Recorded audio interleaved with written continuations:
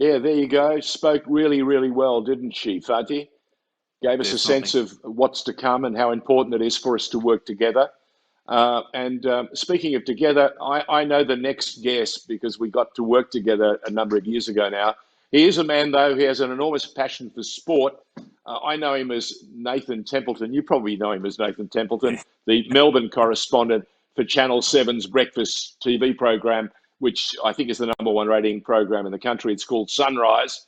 And with our conversation, what we're trying to gain tonight is some insight from Nathan as to what is happening around us during this global emergency.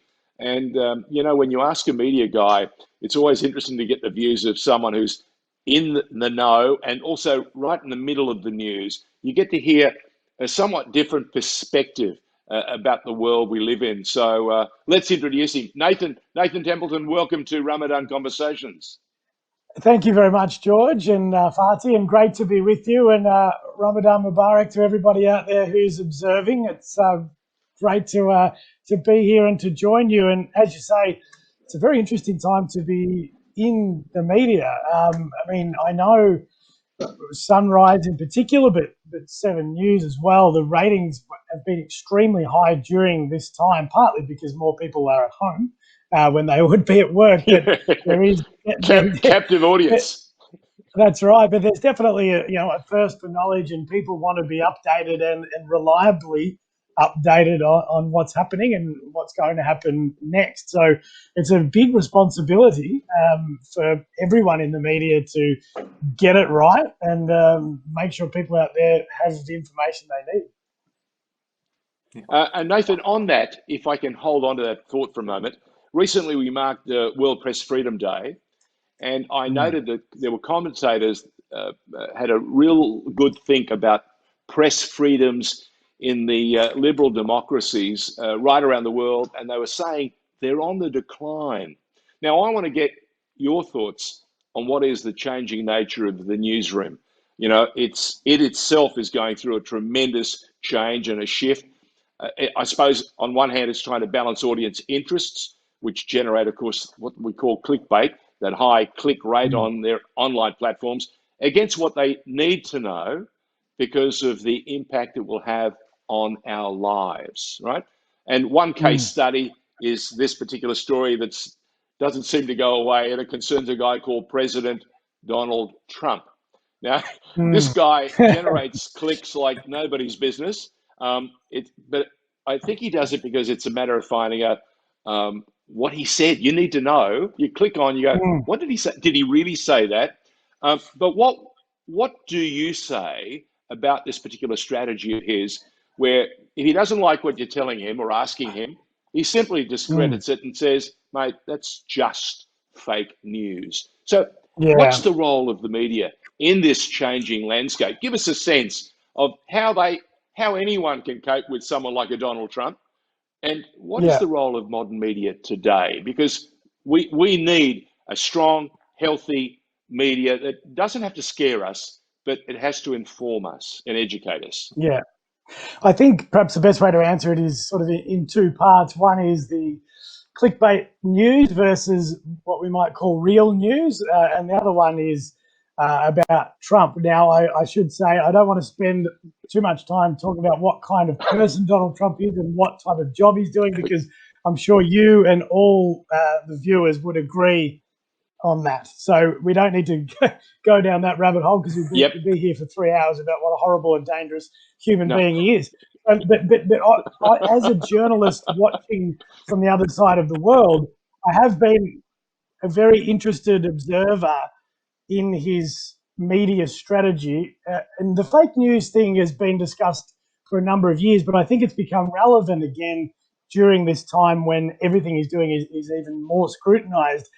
And it pains me to say this, but there is some sort of genius in the simple phrase fake news, because it's a short, catchy, catch-all term that just means anything he doesn't like, he calls it fake news. And sadly, there are enough ignorant people in the US enough of them who voted for him and who believe it. And unfortunately, it's a very difficult obstacle for media to get around. And I have said over the past 3 or 4 years, sadly, some of the only people who are as bad at their job as President Trump are the very left-leaning media in the US. They play the man, not the ball, too much. It's very tempting to play the man when the man's Donald Trump, but he does enough bad things and blatant lies and horrible mistakes that you can report what he is doing straight up and down without bias, because what he's doing is bad enough, should see him out of office. But unfortunately, you don't need to colour it, is what you're saying. Exactly. The right media is so divided there more than it ever has been, and it is almost this sort of civil played out through the media. And I fear, unfortunately, and we're probably getting off topic here, but sadly, Bernie Sanders was probably 10 or 20% too liberal, and unfortunately, I think Joe Biden is going to be, a horrible thing to say, 5 or 10 years too old. And the people, they don't have the right candidate to bring him down at the moment. And hopefully his performance during coronavirus is going to be the thing that does bring him down. But I don't feel like they've got a really strong candidate to make sure of that. But one thing that was so tactless in his strategy during the COVID crisis was the way he suddenly started referring to it as the Chinese virus. And it was such a obvious tactic that it was to deflect from his inaction and the terrible job he'd done by creating a villain, an enemy. China's the enemy. That's who you should be going after. And Trump people, the MAGA hat wearers, he knows that they will buy into that. And it deflects from what he's done. China becomes the enemy, and suddenly the attention is off the things that he's done, or the things that he hasn't done. And again, I hate to say it, but he does have some very effective media strategies because he knows his audience. Yeah, listen, so Nathan, one of the things we used to say in World News at SBS, I'm sorry, I intruded you. I was just going to say, one of the things we learned at SBS World News a long time ago is when leaders start to talk like that, it's saber rattling.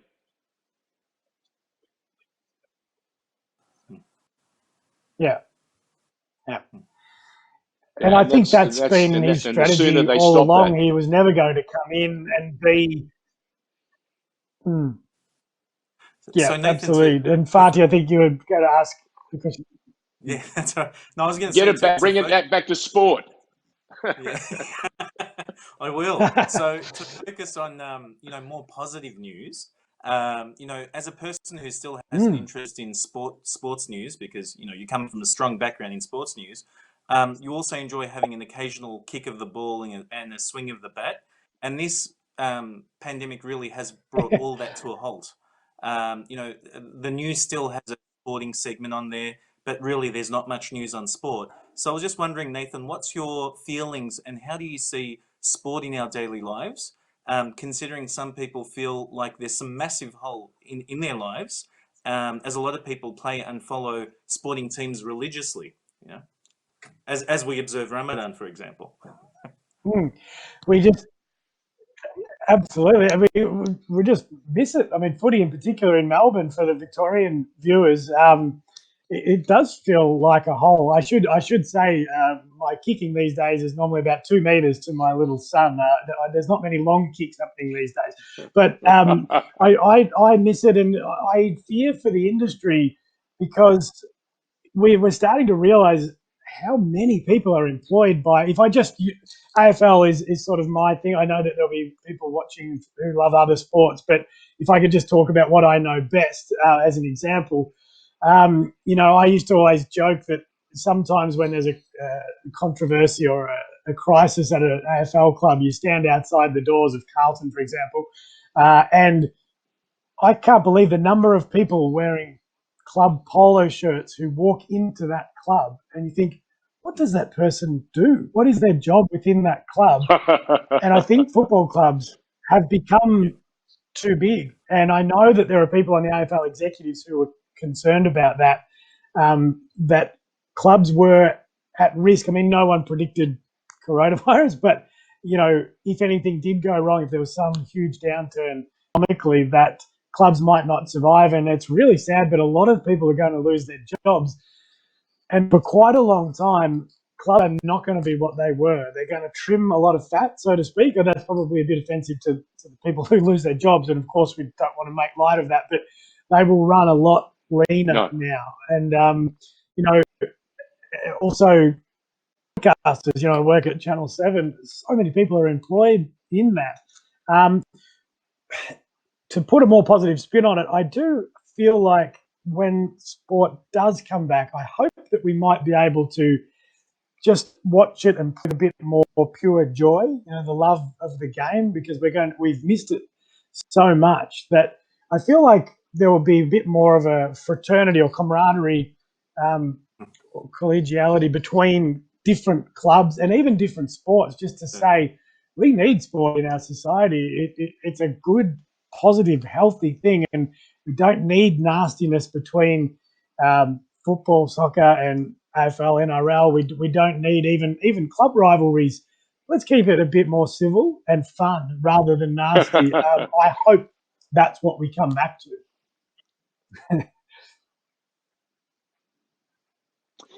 Nathan, you're someone who is called upon to start their working day a little earlier than the rest of us. I think your day these days starts at about 3:45 or something, doesn't it? Can you give us an idea? Correct, yes. A day in the life of Nathan Templeton. What would it look like? Go on. You got a couple of new children in the household. I started, and you're a breakfast. Yeah, Go on. Yep. I started with Sunrise 4 years ago. I was a sport reporter for the news, and I made the switch to Sunrise 4 years ago, and that was child-free days. And then Jack came along almost 3 years ago, and then 4 weeks ago, little James has come along. So my lifestyle has changed a lot during my Sunrise tenure. But yes, 3:45 the alarm goes off. Check my emails, check the news websites, and chat to the producers in Sydney to work out where I'm going. Drive myself out to the location and meet the cameraman there, and do my live reports throughout the morning. The show's on air from 5:30 till 9. And then it's almost split into two jobs. After 9 o'clock, when my live duties are finished, I'm sort of looking for stories and going out and filming things and feature stories. So it's a really interesting job. It's family friendly in the sense that most days, fingers crossed, I finish around lunchtime. So I'm home, get heaps of time with the kids and to support my wife, Kate. And so that's fantastic, but I'm pretty tired. So I need to be disciplined and put this stupid thing away and don't look at it in bed. That's the big challenge for everyone nowadays. So I love the job. I love the live component of TV, George, which I know you've been doing for many, many years. And, there's still a buzz to doing live TV. I love being on a national program. It's not just, Melbourne centric. So I do love that. And if you can manage your sleep and health and fitness and things like that, it's a fantastic job and an incredible opportunity to spend a lot of time with family. A lot of people don't get that. So I'm very lucky, but I'm pretty tired, especially on a Friday night, but I did have a nap today to get ready for this.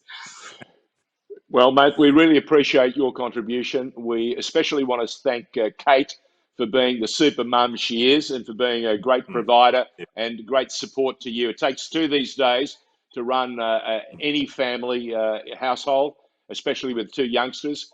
Thank you very much for contributing to Ramadan Conversations.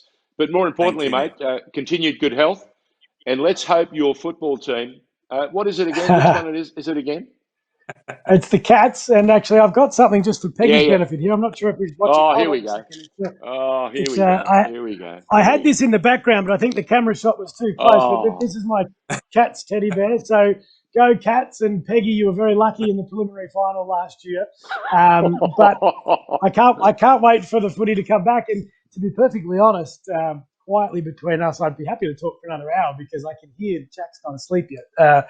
So maybe I could just leave Kate to do that. Time to go, Nathan. All right. Good night, everyone. Thank you very much. Have a